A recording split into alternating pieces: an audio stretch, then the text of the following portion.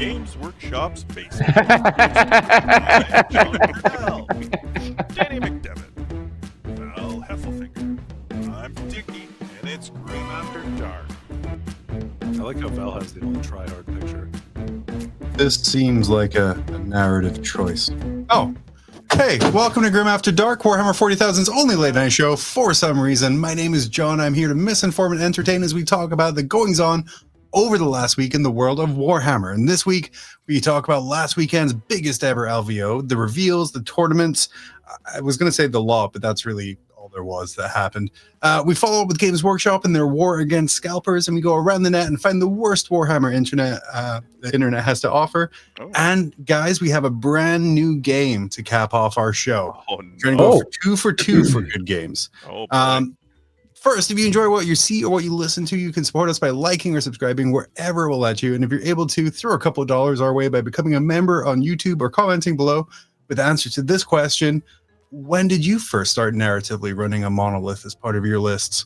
But before we go on, let's meet the team who make it all possible. First up, he's a co-host with the co-most. He's our competitive 40K champion all the way from Moscow, Idaho. It's Daniel J. McDevitt, Esquire III. Oh, thanks, John. And he's the beautiful face of everything square-based. He's a fantasy enthusiast and a casual 40K enjoyer. It's Val Heffelfinger. Hey, everybody. What's going on? We're doing prop humor now, John? Oh, we are going that low. we are that low basically because the man behind the curtain, he puts the kuchuchu on Canada. It's superstar producer, Tech Priest Dickie. Always right. I'm always right. You're always right. Right about not doing stuff on time. No, I'm kidding. Hey, this week we don't have a comment of a week because I got so focused on reformatting my script and moving the slideshow around a little bit. I forgot. Nice. But we'll just choose one from chat right now. Comment of the week brought to you by Frontline Gaming, who are all sleeping at a rest stop somewhere between the Rio and their office. It's like an hour away. Thanks, Grilled Pickle, for that.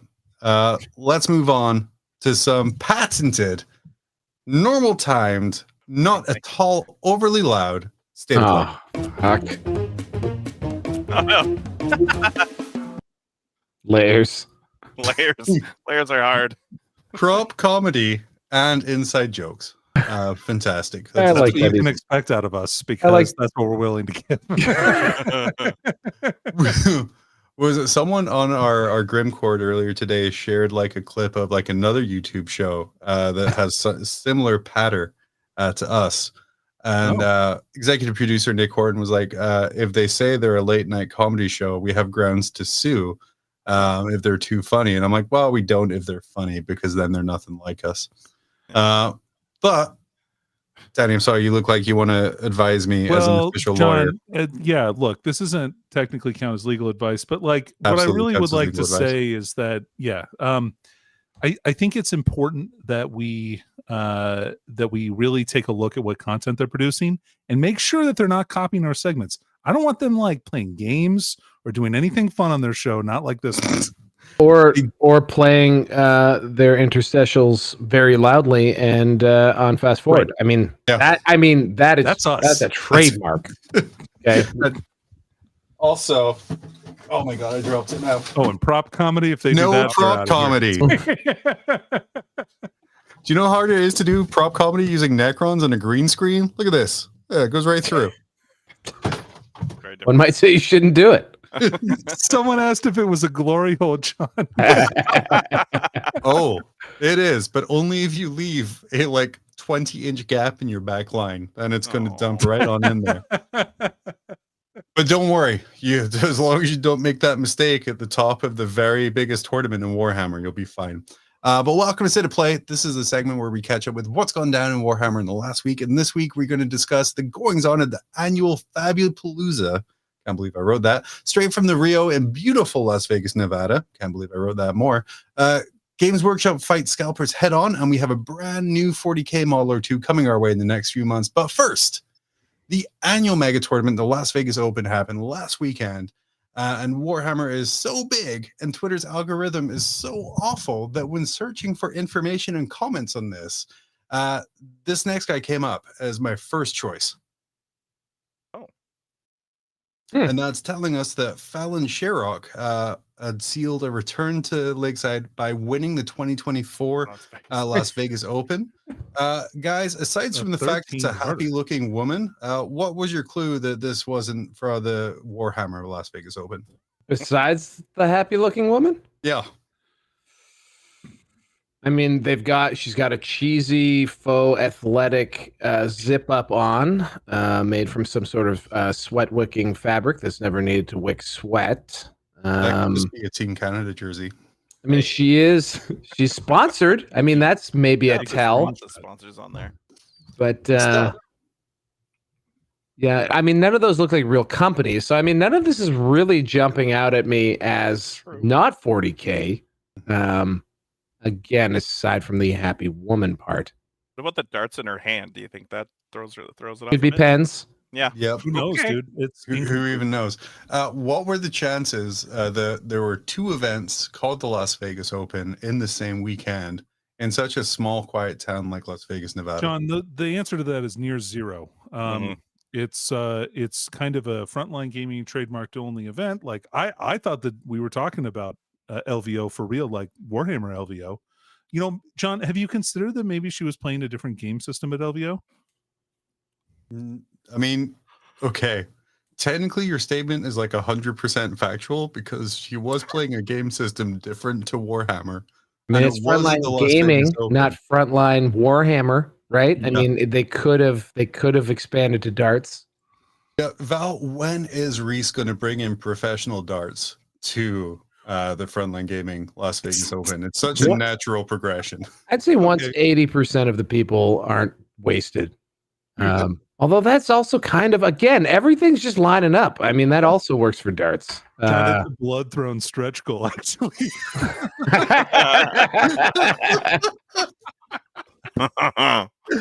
Oh, be sure to check out our friends at Frontline Gaming. They have a brand new cooperative board game called Blood Throne available at Kickstartering right now. And if they reach a certain percentage, then I'm sure they will petition to add a World Series of Darts tournament to next year's LVO. Amazing. No, John, they're going to add darts to Blood Throne, the game. Oh, you're going to be able to toss darts at your opponent's miniatures. That'll be they're gonna a supplement. It's not in the base rules of the game. It's like, you know, Death from the Skies. Blood Throne's backed, guys. They're doing it. They're above their goal. That's fantastic. Almost like a pro company did it right. And they did it the Mantic way of having no skin in the game to start with. No, I'm kidding. But what is the crossover appeal that we can tap between Warhammer and professional darts? Darts very popular right now with a little British man called Luke Littler. He's like 16, looks like he's 37, but he's doing real well on darts. How can we kind of tap into that crossover appeal? I feel like that. Go ahead. It's the Ennis Wilson of darts, right? Basically. I was going to say it's kind of the opposite of what we had going on at the LVO this weekend. Luke Littler very sad about the board state during his darts matches. Yeah. They didn't like the dart boards at all. They were way too open. Don't you could just get a dart and wherever you threw it. It was crazy. Right, I know, yeah. But in wargaming news, the annual LVO was a huge success. And what I'm most excited to talk about was this, which is the brand new innovation in judging, with all of the tables at LVO having QR codes for paging judges to your table, which for like a 900-person event seems like a really good idea. Danny, you're having happy nods. What's your thoughts on page a judge? As someone with a loud voice, and I often find myself yelling judge, much to the surprise and disdain of your parents when you're trying to eat dinner. When I yell judge loudly to summon a judge. I like this. I don't have to scare anybody. I can feel my bowel quivering just imagining you yelling judge. My first question is, did this work? We got a lot, from what I can read, lots of positive feedback on it. Cool. That's great. The judges were happy because, again, there's been times, especially when you're at LVO, and Danny, I know you've been in this situation where you're trying to get a judge to come, but is the judge, in my situation, is the judge really going to listen to someone table 400 and make their way like all the way down that way? I don't think so. Sean, as a Warhammer celebrity, I have no idea what that's like. I'm pretty sure table 400 is handled by a contact center in the Philippines. They outsource the judging for those tables. That's the next year's LVO. Is the QR codes will actually link you to a call center in the Philippines where they'll just ask you, what does it say in your rule book? Yeah, or give you a really good deal on deck cleaning.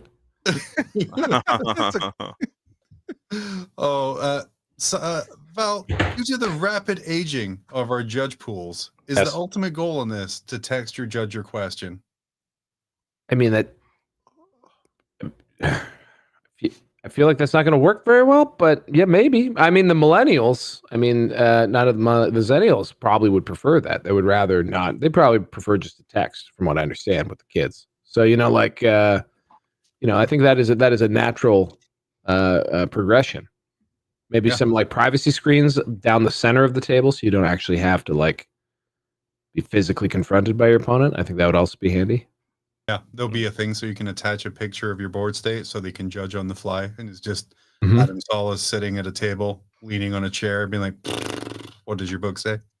I just hope that when one of them finally does need a rascal scooter, that they just get one for everybody. You know what I mean? So that way, like, not any one in particular is called out for that. Not a fleet of rascal scooter judges. That's terrifying. Here's what I want for next year's LVO. And it's, let's make it a blood throne stretch goal. Is I need a rascal scooter which has a police light attached to the back of it. So when they speed to the back tables to take care of the people in 880th and 881st, like their knockout brawl, where it's just the worst experience, because of course it is. They can get there as fast as possible.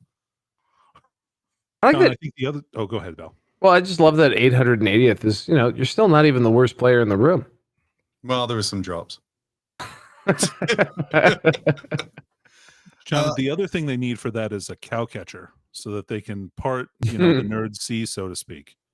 Otherwise it's going to be really difficult to get back to those back tables quickly. That's what the siren's for. The siren and the light is to get through and really just mess with people's audios when they're live streaming their games. It's an authentic police siren at full volume. No, it's the Ghostbuster siren. It's Echo 1. It's like, meh, meh. That doesn't annoy at all.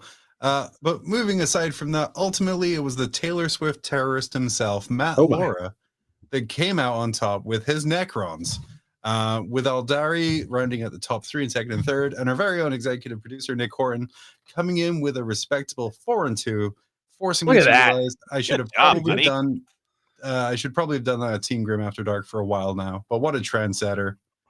Good job, Nick. That win-loss split is also Heffelfingerian, in the sense that loss, win-win, loss, win-win. Just as soon as you're hitting that above average competition, take a nice high pointed L, get back down to where you can take some scalps and get yourself a respectable record. I think that is something to be proud of. He just went submarine both days, didn't he? I went out.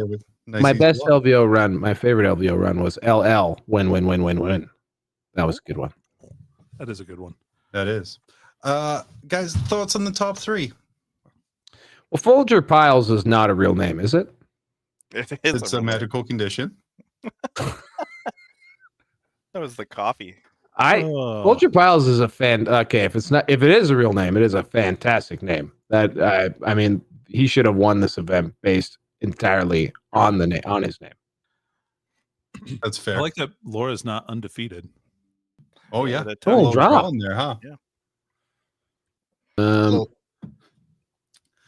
Danny, so he defeated in back-to-back number 3 and number 2 here. So I think the NID game seemed a little bit closer than the Eldar game. The Eldar game seemed like it was maybe immediately over. Yeah. Danny, this year was kind of a big one for LVO in the fact that there was a lot of, for want of a better word, names missing. A lot of people from the UK didn't make it over. A lot of the higher ITC guys made it over. What do you make of that? I think there's probably an undercurrent of dissatisfaction with frontline events. I think you can see that in some of the posts from some of these guys, which is pretty surprising considering these were kind of like benchmark events for like forever for competitive 40K. So I think it just speaks to maybe I know that it's really difficult to do, but maybe a need to look at what are the things that drive competitive players to actually come to events. And I think the answer to that is really it's heavily based on terrain. Mm-hmm. Yeah, absolutely. And then Nurgle Matt and chat letting us know Folger is very real. He won the 80-player Ohio GT. Well, no, I'm not saying Folger isn't real. I'm just saying, as a man who goes by Val Heffelfinger on the internet, game recognized game, Folger Piles is just a fantastic name, and perhaps my next alias. Folger Piles, by the way, just 3 Age of Sigmar players in the trench coat. I would like to ask. I mean, dovetailing on that, the lack of some of the bigger tier players, who won the ITC? Well, I have answered if you guys need it. I don't know. Dickie. Manny Chima. Manny Chima. Great. So we have the first ITC champ without attending the LVO. I don't know how I feel about that. Yeah. Why don't you know how you feel? Man, shipping's going to be a bitch to send that trophy to him, though. They did announce too, and I don't know if do you have a segment about the ITC, John? A little bit about it. Okay, well, I'll wait for that then. And I won't interject. Well, we can move on. Matt Laura won with Necron, so he had a monolith. Congratulations, Matt Laura, by the way. I guess it behooves us to say that. I was there when Siegler beat him on top table. And made a small mistake in his game plan by leaving a monolith-sized hole in his deployment zone. So what happened? So Folger left. Necron's this particular detachment has a 3-inch deep strike stratagem, which you can deep strike the monolith. So he pulled the monolith off the table and then spent 1 command point and deep struck it into this hole in like the back corner of his deployment zone, and then teleported a unit of immortals through it as well onto the home objective.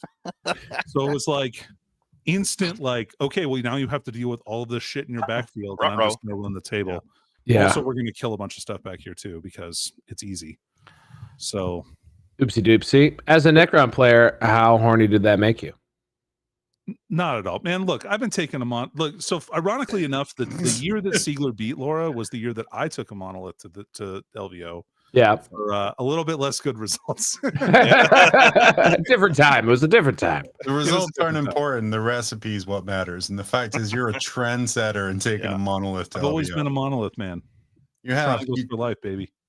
Who doesn't want to bring a floating pyramid? Seriously. Honestly, I bought mine 4 or 5 months ago before it was cool, mainly because Danny wouldn't shut up about how cool they were.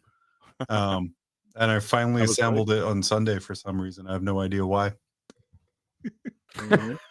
These things sort of happen. Chase those meta dreams, Johnny. By the time I get to playing a game, they'll be shit again. Nice. But my favorite part of LVO was this Tyrannid list, which had just the best names. It was called More Afraid of You Than You Are of It. Also known as Please don't put Purge the Foe in the mission pack. It undoes a lot of balance in the game because certain armies should have a harder time scoring primary and has nothing to do with the army I am running. Also known as, turns out I can table a CSM list with this in the right circumstances. Also known as, the move block gives and the move block takes away. Also known as, I got it. You think this list is good, but you would never subject yourself to playing it.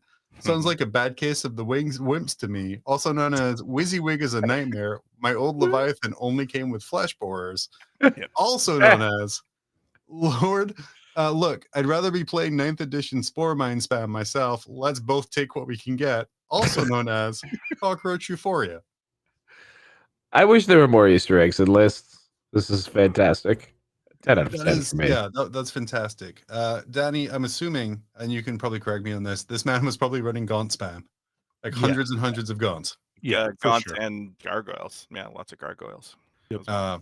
That poor man's back. He deserves all of the little titles. Yeah. But along those lines, Danny, Val, what's a similar name for your last 40k army that you could give akin to this naming scheme?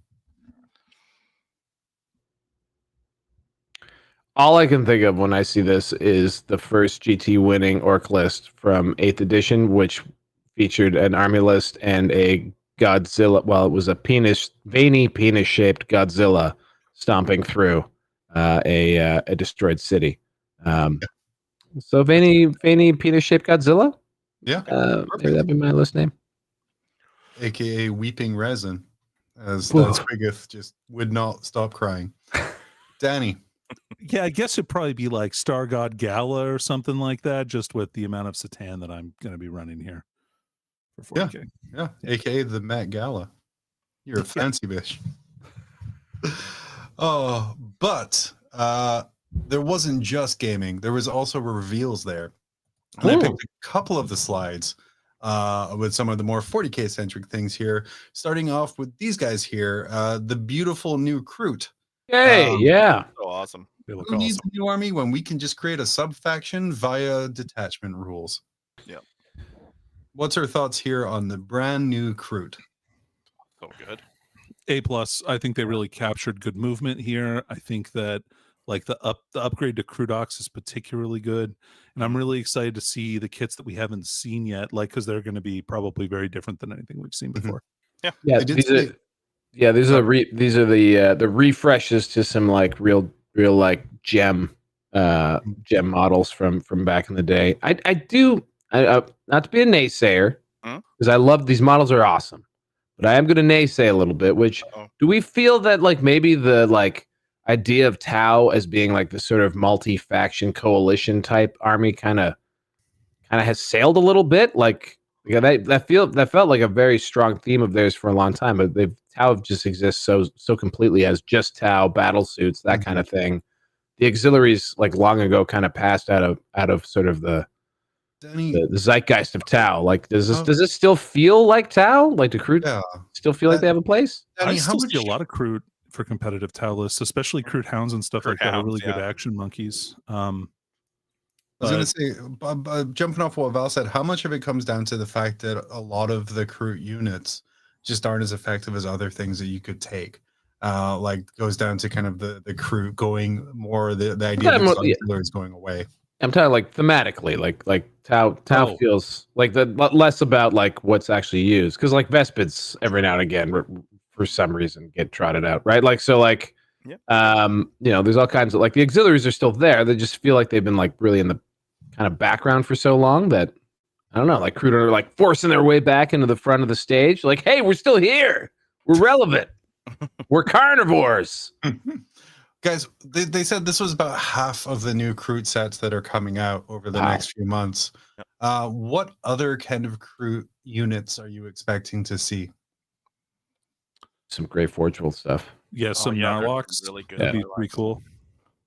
So plastic versions of the Forge World kits. Yeah, I would prefer actually the smaller riders, I think, over the giant one. But the giant one would be cool too. It'd be neat to see that on the table again. Just friggin' dinosaur.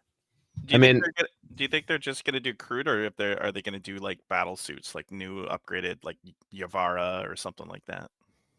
That suit can burn in a fire and die. No, I believe if a Yavara is involved, you burn in the fire and die. That's true. It was several editions ago, but I still have such a harboring resentment that out of a sudden, everyone in Alaska played Tau, and everyone in Alaska had like 3 Yavaras, like out of nowhere. I love. I remember like the first Battlezone Ursa that we did, and like I played 4 of those things in like 6 games. The smell of diesel in that hobby room. I was about to say, smell of bullshit is what it is. No, I beat them all, but like still. It sucked. The Yavara was so much fun, John. Come on. It was awesome. So good. It was unbelievably powerful. That flamer was the stupidest thing in the entire game. Goddamn delight. I played Orcs and Tyranids at the time, so it was the stupidest thing in the entire world.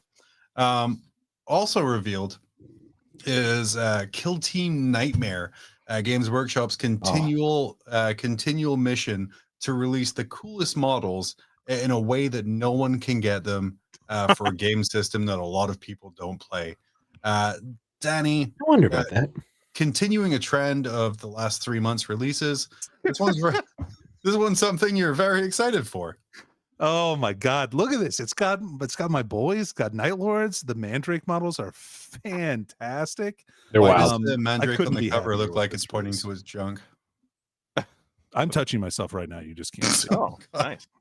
Well, there goes the monetization. Yeah. Yeah. Great. Beautiful. What do you guys think of the kill team release strategy? Where we're getting a lot of really cool. So I started with the Krieg and the Commandos with Oryx getting these special boxes. Mm-hmm. Now we have kind of the Drukhari and Night Lords getting stuff through the special boxes. Danny, what's your thoughts on this release strategy of rather than kind of like a big limited edition box like we're seeing with the Crew, stuff being released in a multi-faction set like this kill team? Crew started this way. Yeah. That's true. They did get a box. The Farstalker Kindred got. Wow. You remember the name of the box. Breachers, the native Breachers. I got a box of those at LVO. Oh yeah, because I gave all my Navy Breachers to Kicker because he was like shaking people down for Navy Breachers that year. Really? Yeah. Oh, Yeah. I'm like, I don't care. I'm not going to play Kill Team, I think was my response. Yeah, it's another fantastic set. But like I said, do you think this is the right thing to do with these here, or would you rather they released either by themselves or as part of like a bigger box? Of course, it would be better if they just released them by themselves, John. Like, I mean, clearly that would be the move that's the most beneficial to us. But for Games Workshop, this is the business move. I think you release it in this FOMO box, and then you kind of wait to a couple months and then release them individually down the line, and you've generated 2 instances of hype for these particular miniatures. Yeah. I think too, like, because I'm a guy who aggressively shits on a lot of things GW does, and I would say that it's not necessarily a bad thing to have some of your most evocative dynamic models debut in Kill Team, like the Orc Commandos, for example, because in Kill Team your individual models are just so evocative and tuned and unique, and it's a much tighter thing and it's much more accessible. That your most exciting stuff coming out in Kill Team first to what is probably something that is used to onboard new people into the hobby. It's just such an easier bite to take, and is also, I do think, played quite a bit. I know there's a local gaming club here in Toronto that has a very big sort of Kill Team segment to it. It might just not be something that we're super aware of as like, big army, 40K people, or formerly so. But like, yeah, I think I definitely see the benefit to them of going this way. Yeah. Awesome. Well, that was all the real 40K related releases that came out of LVO. But another giant announcement came out of there, and that announcement was Games Workshop is taking over the international tournament circuit, which this very subtly decorated slide. Someone was asking, when did it change? Val, you had the answer for this earlier. When did it change from independent to international? I would say somewhere around 2018. That was a while ago. Yeah. A long time ago. Let's actually do the math here. 2017 was 8th edition, so it's probably right around 2017.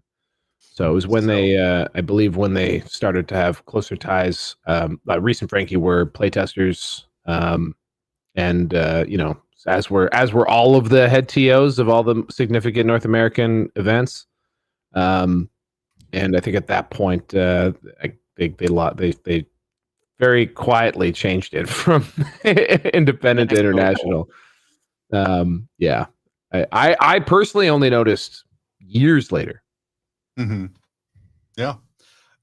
But with this, GW announced that whoever won the international tournament circuit every year would receive the grand prize of every Warhammer release for the next year. Guys, what's your thoughts on that prize? That's wild. That's really cool, though. That's the prize? Yeah. That's the prize for the ITC now. My first question is, how much did the ITC prize get up to? It was never anything like wild. What was it? More than $1,000? Yeah, Yeah, it was $5,000. I think It's $5,000. Did they hit $10,000? I feel like I wonder what every release would be. Well, what's great about this is you can write this off as a marketing expense, so it doesn't even hit the same bottom line. It's a great spend. Well, yeah, and also the per unit cost of an item that GW makes is probably in the single digit dollars, if not less. Industrial scale is awesome. Yeah, I think that's a pretty cool prize. I'm not gonna lie. Terrible. That's an awesome prize.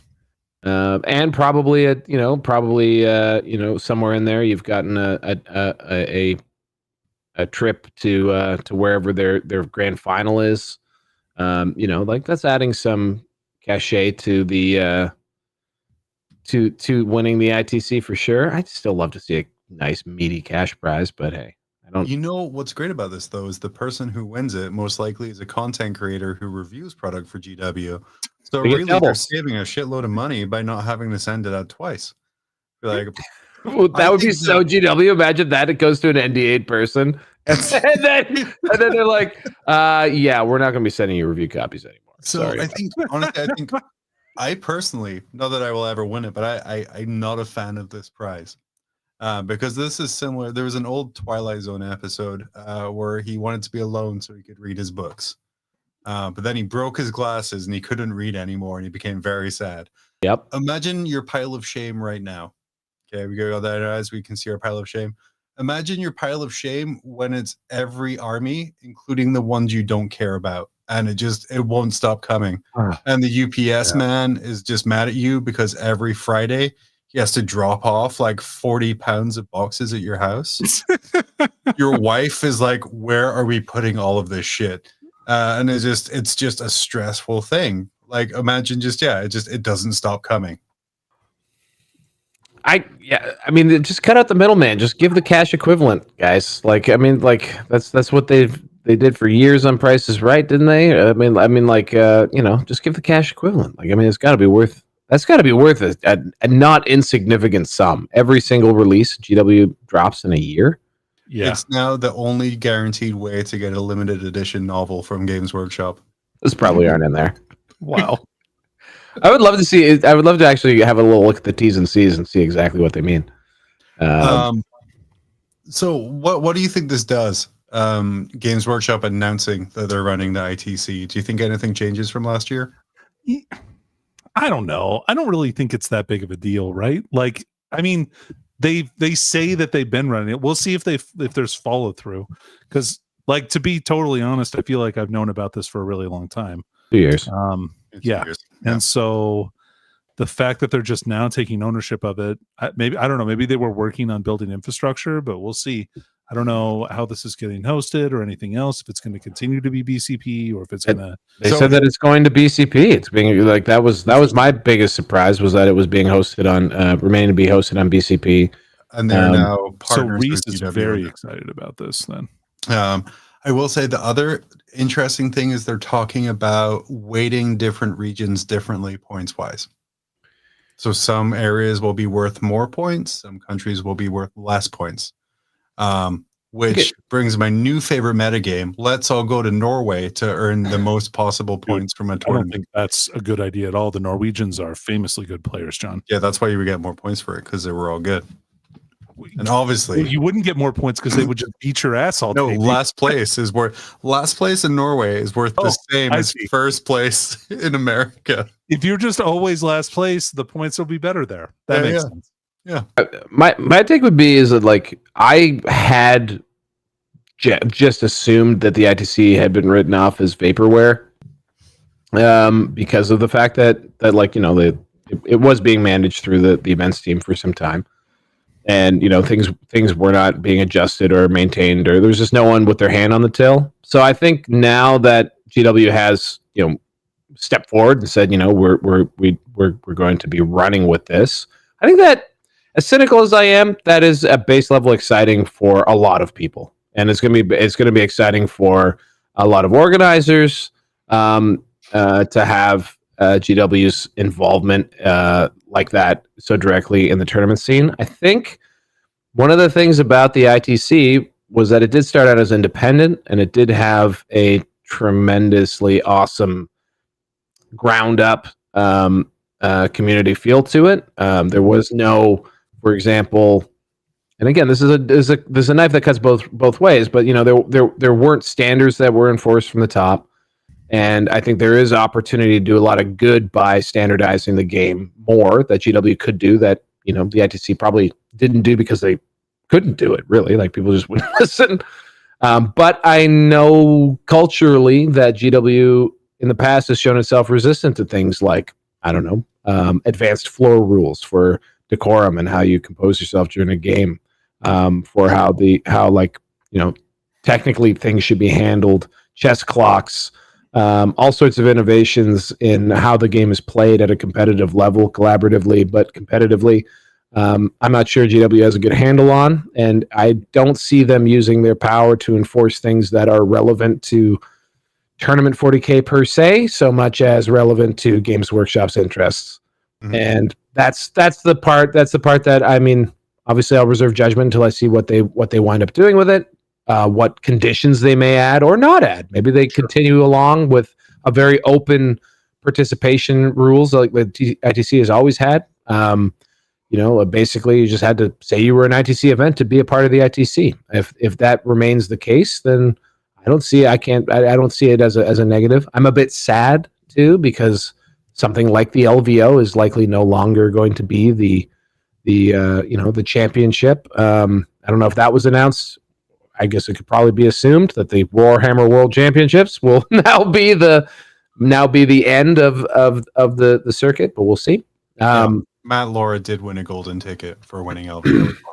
Yeah, and so and again, none of that is necessarily a bad thing. I came up and got passionate about this hobby, largely because of what the ITC was and why it got me excited and fired up. And I think that despite GW taking this position, there's still hopefully, I hope the community realizes there's still a need to have a community that is interested in competitive 40K for competitive 40K. Because GW's interests don't always jive with the players' interests, and that's not an awful statement to make. That is just the way it is. So it's good to have moderating influences on both sides. It's great that GW manages their games and provides rulings and all that kind of stuff. And I think it's also great that independent organizers, provide forums to play this game that aren't entirely dictated by the company that makes it. So, as long as we don't go back to the days of kill one, kill more, hold one, hold more. Hey, they can do whatever they want. Yeah, it was fun for the first 2 years. Hey, then after that. And then the Nova missions became the ITC missions, and then the ITC missions became the GW missions. Hey, look at everyone in this room. You're all losers. Speaking of which, scalpers are everywhere, causing the web store to look like this on Saturdays. But last week, so you want me to go again there, Dickie? No. Hey, scalpers are everywhere, causing the website to look like this on Saturdays. But last week, Games Workshop did something about it. You all remember this next one here from last week's episode, with one sole person buying 60 or so copies of the special edition of The End in the Death Part 3. Okay. They're in trouble, as the next slide shows, as I'm reading directions instead of anything else, with GW canceling scalper orders. And when the sun rose and people started logging on for their pre-order of the new Deathwing box, scalpers were met with two awful messages, which are shown next, where they were shown what was up for pre-order and when, and then confronted with the bot's worst nightmare, a CAPTCHA. And then yesterday it was announced that they went through every single pre-order for The End in the Death Part 3 and canceled multiple orders.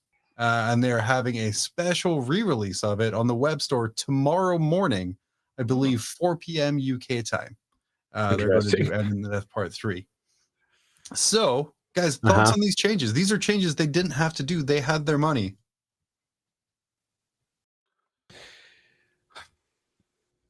Hey, Danny, I talked a lot about the ITC one. Do you have a strong take on this one? No, not really. I don't really care. I just like GW's web store team, guys. Look, like I get that it is a huge pain in the butt to want to order something and then not be able to get it because of scalpers. And I mean, I'm glad that they're implementing some policies to make sure that that doesn't happen quite as much. But also, I am a supporter of the free market economy a little bit. So, like, people are allowed to do this stuff. Yeah, are you gonna?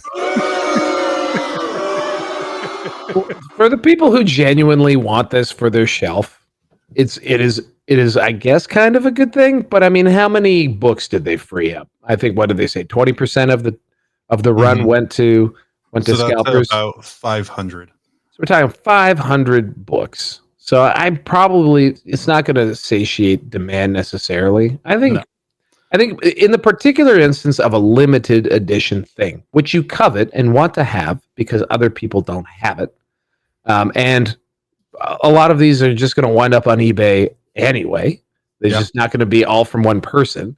Like it's in this very specific example, like they're getting lauded for like a massive win when we look back to a week prior and you had a pre-order for a game that was anticipated for 8 years and sold out pretty much worldwide and still hasn't been delivered pretty much worldwide, including in the UK. This was surprised me. I've been talking to friends in the UK who've picked up old world stuff where there was no blizzard, for they do not have snow. It's been like -4 degrees all week over there. I'm just full of shit all the time. But they've had storms. Okay, so they've had storms too? Okay, yeah. Look, global warming is real, is my point. And besides that, they didn't hit demand on the stuff that's not supposed to be limited is basically what I'm trying to ramble to. And this, I think, provides a little cloud cover for other, like, bigger disappointments. Like 500 more people get in the book. Sure, that's great. For those people, when I want something bad, I want something bad. And I would rather have it than not have it. So great that people get another shot, but it's a drop in the bucket. I would just love for them to, provide all the fun toys for the people who want them, I think the most important thing in this is they have said that orders made through a different page than that link to your location will not be fulfilled, which is another way that they're getting around the queue system. Yeah. So again, it's all positive things, and it's all things they didn't have to do, because at the end of the day, whether GW sells 500 books to 2 people or 500 people, they get the same amount of cash. Yeah. So it's good to see. And End in Death Part 3 is phenomenal. Buy it now when it's not sold out everywhere. Make more stuff.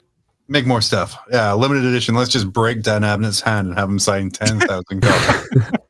Hey, I have now anyway. It's over. There's no more heresy. And that's all that being said. Just gotta represent my limited edition privilege here, because I have it. Thank you.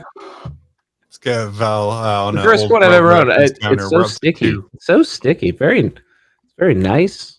Very nice. I can see why people were gonna read that book. Never gonna read that book. No, I have it on Audible already. Let's run through some very quick around the nets.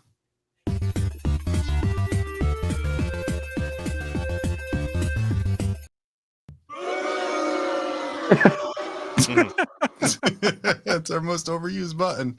We're going to do this really quickly. Danny, starting with the classic, what are we looking at here? It appears to be some kind of an 8-bound conversion. Is that supposed to be Dorn's head on it? Nope. Okay. I think that's actually just Santa Claus. Santa Claus? Yeah. That's how he gets around all of the world in one day, is through the 8 demons bound Blood to his soul. And blood rage. Yeah. So it's just an 8-bound that looks remarkably okay. He looks cool. I don't know. I don't know if I like the head on him. It looks maybe a little normal. I'm just waiting for the shoe to drop. Are we gonna see a different perspective and his cock and balls are just hanging out of his power armor? Is it behind the sword? Yeah, what's happening? What are you doing to us, John? This is obviously something's happening. I found an 8-bound that I didn't think was demonic enough and looked too much like Santa for me to want to leave by. Johnson. He's kind of indifferent, really. Yeah, it's Lionel Johnson after he falls to corn, because that's the obvious one for the Dork Angels. Moving on, Call of Duty data miner has discovered a surprise potential Warhammer 40,000 crossover. That's cool. Guys, what would you put in a Warhammer themed Call of Duty pack? Well, probably some skins. Yeah. Sorry, I didn't think you go quite so literal with that. Just like that for the what Emperor. were you expecting, John? Like, that's fair. Come on. That is absolutely fair. Moving on, we have the best conspiracy theory known to man. He says, theory, Games Workshop released Space Dwarfs not due to fandom demand, but to make Space Marine players insecure about their old armies, forcing them to buy the new thick Chimera. Now, it shows you that. I think this is genius. By measuring an actual dwarf beside also a dwarf Space Marine. Danny, is this an accurate theory of marketing? Yeah, this is brilliant. This is exactly their intention. You can see it just based on the models here. I mean, look at the evidence. These numbers don't lie, John. Do your own research, people. I mean, obviously. Watch YouTube. Jesus Christ. Yeah. Beautiful. Moving on. This one might offend some people here. Oh my goodness. But I left the name on it there because they fully deserve all of the attention. He said, so I made a Nazi Germany Marine chapter. I was saying to Val before the show here, my favorite part is they felt the need to show the Wikipedia of what a Nazi flag was as if people were not aware. Danny, why? I mean, look, John, some people are, sheltered. They don't know that maybe this is an offensive symbol. They're worried that maybe they're reading into it too much. Maybe they'll look like an idiot if they think that this is a Nazi symbol. Look at Val's face. True, Val. I'm going to ask the same question to Val. Why? Well, he didn't want to be mistaken for a Buddhist. So you want to be very clear. You don't want to be inadvertently associated with Buddhism and Eastern philosophy. That's just a terrible look. Oh my gosh. Please don't associate me with peace. Only with homicidal Nazis. That is very clear. All I want. Yeah. Man, I hate it when fascists go up the hobby. It's just such a fucking shitty thing. And if you fuck off play with that. against someone at the table who plays this, just swear, make their experience awful. Just really just be a jerk. Consider smashing their toys. Yeah. Knock a water cup into things. No one's going to call you on it. They're Nazis. Moving on. Unless you're playing at a Nazi Warhammer tournament, in which case could get awkward, guys. Read the room first, but hopefully next up here, and again we're flying through. Jeez, everyone around here is upset all the time. What's going on? Says Daka on Twitter said, I'd rather not see women at all portrayed in 40K. Lol. That does track though, to be honest. I mean, pretty easy to achieve. Yeah. And then he said, I just really don't like seeing women in combat roles, period. They get Sisters of Battle, Silence, and Whatnot. Danny, are you a fan of the Sisters of Whatnot? The Sisters of Whatnot being the chapter of the Adeptus Sororitas has always been kind of an interest to me. I've always kind of thought of maybe like making an army of them. The Whatnot part really lets you craft your own lore. And I think that I really appreciate that about this. Yeah. And then he goes on to say, it is absolutely idiotic to even see them in guard. Sure, in a Pitif, where the world is at stake and everyone fights for total destruction, totally unrealistic for regular guard to send women as soldiers for tribute. Person needs to look into things. Wow. It's true. He has to look into things. There's many examples of I would honestly in modern warfare fighting. This person compete against a female soldier and physically and see how well they would just match up against them. Because this person is guaranteed 300 pounds. Yeah, the world's fastest armbar that has ever happened. Just full leg sweep, takedown armbar, dislocated elbow. And then, by the way, chat, if you're watching this on YouTube, all of these names in blue are really good people to block on Twitter. This is a heads up. We're gonna can we just call out here a blue check? I mean, this is definitely a blue check account. I did say right here. One of my questions was, are you surprised that this opinion comes from someone who paid Elon Musk $10 a month for a blue check mark? I'm just surprised Elon didn't retweet it.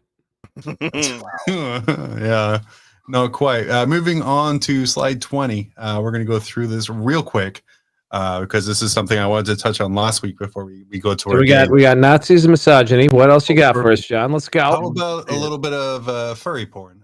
Go up a slide. All right, that's better, way better. Not even equivocal. So what happened is someone spent $50,000 on an animation of him and Charlie from Has-Been Hotel having sex in a music video. Some of it you can see on screen right now. Obviously, not anything too explicit. And then the comment here is, when I look back on all the money I spent on Wonder Bread and deforestation art, which has lasted about 2 decades now, it likely doesn't even compare to like a drop in the bucket to what this dude spent on this animation. And this idea took over Grimdank on Reddit by storm, with this next slide showing like the equivalency of, would you rather spend $50,000 on 1 3-minute video of a cartoon version of you getting seduced by a fictional character with no actual not safe for work screens, or 23 40K scale Warlord Titans? I'm taking the video, dude. I'm going to be honest. Beautiful. Where am I going to put that many Titans, John? What do I have, like some kind of Titan cave? Dude, where are you going to put that video where your shame won't be found? A lot of places. On a partition on my hard drive, John. Exactly, where all the rest of it is.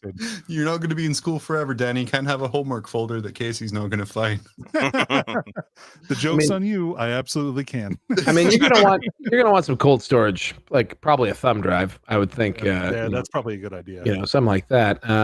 But also, I'm just some food for thought here. Do we feel like 23 Warlord Titans for 50 grand feels like a lot or a little? It feels like a lot. It feels like a lot. It feels like we get a lot of Warhammer Titans for 50 grand. Like suddenly, maybe GW's missed something here. They should be selling them as 23 packs because that feels like, that almost feels like a deal. Like as a one-off. It doesn't maybe feel as good, but if you're getting 23 for 50 grand, I mean, that's starting to balance out a little bit. It's a subscription service, so you pay your 50 grand up front, and then once every 2 months, you get a new Warlord Titan, and the horrible cycle of having to clean and build and paint it repeats. God, that is a 40K Sisyphus right there. Though the meme that caught my attention the most from this was this next one. Where we have the Chad saying, yes, I did spend £50,000 so an animator could create a video of Angron and me going on a romantic date. My question for Dickie, Val, and Danny is, please describe your romantic date with Angron that you would spend 50 grand on an animator to animate. I mean, Dickie, I'm surprised you don't have this one queued up, ready to go. I figured you'd have a script ready to go. No. I don't know. I guess you would just be killing things with them, right? Like, that's what you'd be doing. Here's the question. Would it be pre-heresy Angron or after the change Angron? Oh, so I mean, that's up to you, babe. Yeah. This is your fantasy. Yeah. Your fantasy. Would you rather sleep with pre-heresy Angron or post-heresy Angron? Oh, pre 100. Oh, so when he first turns into the Demon Prince, you pervert. Yeah, sure. Whatever. Sean, could Dickie have answered that question in any way that would have pleased you? No. No. Much like he couldn't please Angron on a romantic date. I feel he would be very. I mean, what about even just like a platonic like bro date? Like, what would be your your dream afternoon with Angron? With Angron? Yeah, we'd stop and get some donuts. I mean, that's what we do together. Oh, right. He already knows how to Angron like donut? I think he already knows how to take an angry man out for a fun time. You gotta feed him, buddy. Get some food in that belly. But the crash. Think about the crash, though, Dickie. I mean, like, once those donuts start leaving his system, he's gonna be a little bit, he'll be more Angron-y. You gotta know when to leave. You gotta know when to go. That's fair. That's beautiful. Danny, anything you want to throw in here before we go to our brand new game? John, I'm ready to play a game. I'm gonna tell you what. Dickie, I'm gonna even tell you the right slide this time. Go to slide 27 for our brand new game. That's my lucky number. Oh, for God's sakes, it's so hard. 27 Club. Here we go. Woo. This is new? Okay. It is new. I thought it was called Century Club, Val. You guys only do 27 in Canada? It's time for the subject of the comment from the YouTube comment section is redacted. Oh. I didn't have time to do a new logo edition. Okay. Very professionally put together. Greetings, everyone. Get ready to test your encyclopedic knowledge of obscure battle reports, painting tutorials, lore explanations, and more. In the YouTube video this comment is attached to is redacted, and I didn't have enough time to make a graphic.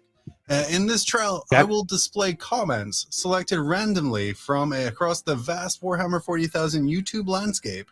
Your mission, analyze the quote and correctly identify which specific video it appeared under from a choice of 3. Okay. These comments come from battle scenes, hobby guides, speculative lore. Can you guys channel the machine spirit and digitally discern their source? Let's see. That's a hard cut in the music there. Starting off first, the comment is, Cuss does, one does not affect... Dickie, go up a slide. Dickie, go up a slide. Oh, sorry. You're killing me here. Cuss does, one does not affect all units in the book, since they don't have an actual book just yet. Sisters of Silence get nothing, not warlord traits, strats, or any special rules, really.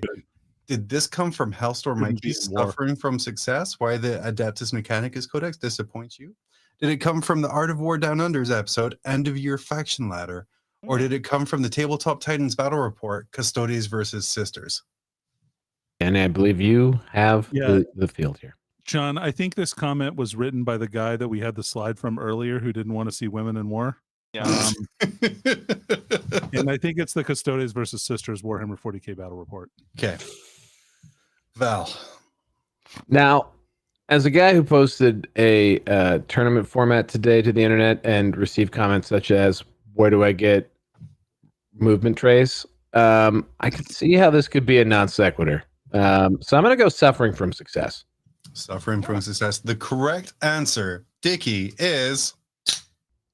Wow! Why the Adeptus Mechanicus Codex disappoints you. Beautiful. Next up. 40 chess. Next up in Val, you're going to be guessing first here.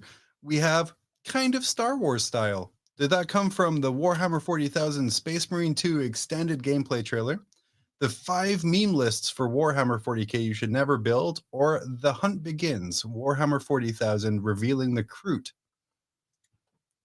Kind of Star Wars style. I'm going Kroot reveal. Oh. Kroot reveal. Oh. Wow. Danny? Space Marine. Space Marine. Let me go and actually edit the screen down here. Perfect. The actual answer was, in fact, the Kroot reveal. What? I'm slumming in those YouTube comments, Danny. Let's go. We found Val's superpower is off-topic YouTube comments. Knowing about what stupid people are talking about, I guess. Oh. Man, I could be doing so many other things. Next up, we have this guy. It's a masterpiece. It's so different from what I'm used to play. 1,000 out of 10. Oh, man. Did this come from Warhammer 40k Dark Tide is absolutely insanity now? Or Warhammer the Old World finally here, does it live up to the hype? Or How to Play Blood Bowl? Val. It's a masterpiece. It's so different from what I'm used to play. 1,000 out of 10. All right. I'm going to go with How to Play. The How to Play Blood Bowl? Mm-hmm. Oh, interesting. Okay. Danny?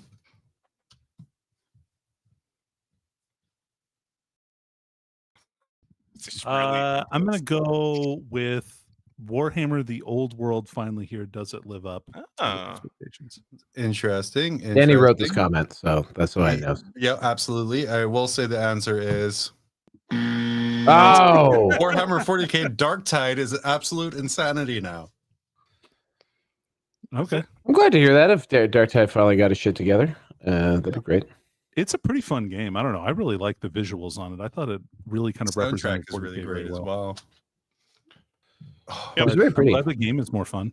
I definitely consumed more like Dark Tide like content than actual like gameplay. So And a lot of that was people being upset about the early release. So it'd be nice if they got on their feet.